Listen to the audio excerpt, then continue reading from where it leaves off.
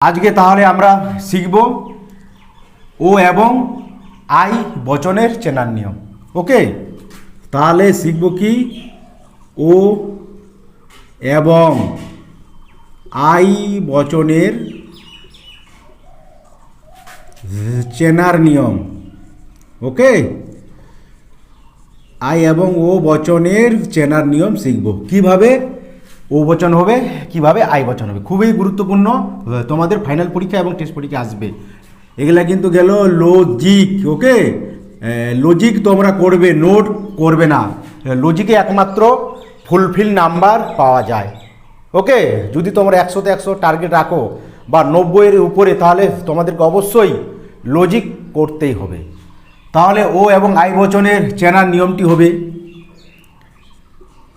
যে সব বাক্যে, ওকে, যেসব বাক্যে কদাচিৎ কদাচিৎ কচ্চিৎ কচ্চিৎ কদাপি, ওকে, কদাপি, কদাচিৎ কচ্চিৎ কদাপি, খুব,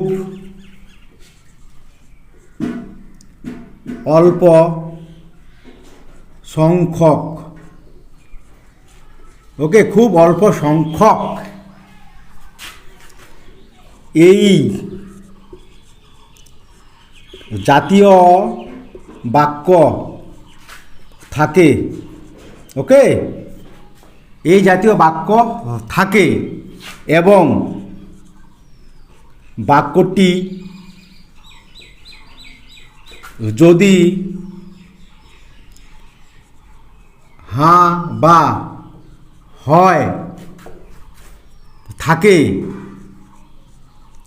তাহলে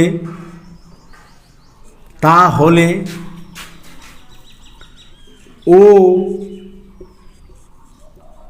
বচনে পরিণত, ওকে, করতে হবে। তাহলে এখানে কি বলছে, যেসব বাক্যে কদাচিৎ কচ্চিৎ কদাপি, খুব অল্প সংখ্যক এই জাতীয় বাক্য থাকে এবং বাক্যটি যদি হ্যাঁ বা হয় থাকে, তাহলে ও বচনে পরিণত করতে হবে। যদি, ওকে, বাক্যটি না বা নয় থাকে, তাহলে মনে রাখবে, তাহলে আই বচনে পরিণত করতে হবে। ওকে, এটা হলো আই, ও এবং আই বচনের চেনার নিয়ম। একটা কি আছে আই এবং ও, কিন্তু এটা উল্টা, ও এবং আই বচনের চেনার নিয়ম। তাহলে তোমরা কিভাবে ও এবং আই বচনের চেনার নিয়ম চিনবে? বাক্যের মধ্যে থাকবে কদাচিৎ কচ্চিৎ কদাপি, খুব অল্প সংখ্যক, এইগুলো বাক্য থাকবে, এই জাতীয় বাক্য থাকে এবং বাক্যটি যদি হ্যাঁ বা হয় থাকে, তাহলে ও বচনে পরিণত করতে হবে। যদি বাক্যটি না বা নয় থাকে, তাহলে বাক্যটিকে আই বচনে পরিণত করতে হবে। ওকে, এবারে ও বচন হলে তো কোনো লিখতে হবে। ওকে, কোনো লিখতে হবে, মনে রাখবে, কোনো লিখতে হবে।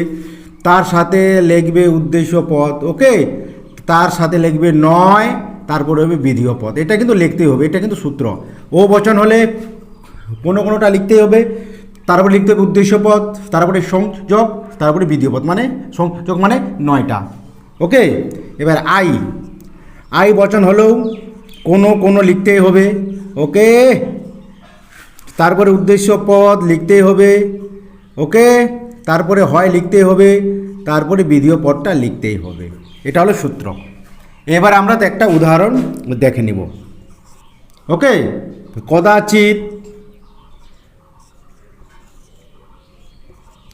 কদাচিৎ কাক সাদা। ওকে, কদাচিৎ কাক সাদা, এটা বাক্য। বাক্য থেকে তোমাদেরকে বচনে পরিণত করতে হবে। তাহলে কিভাবে তোমরা বাক্য থেকে বচনে পরিণত করতে হবে?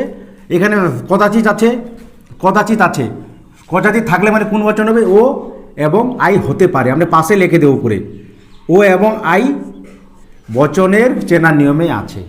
ওকে, এবারে কি বলছে? হয় বা হা থাকলে ও বচন হবে, তারপরে কি বলছে? না বা নয় থাকলে আই বচন হবে। তাহলে সম্পূর্ণ বাক্যটি আমরা পড়বো, এটা হয় আছে না নয় আছে।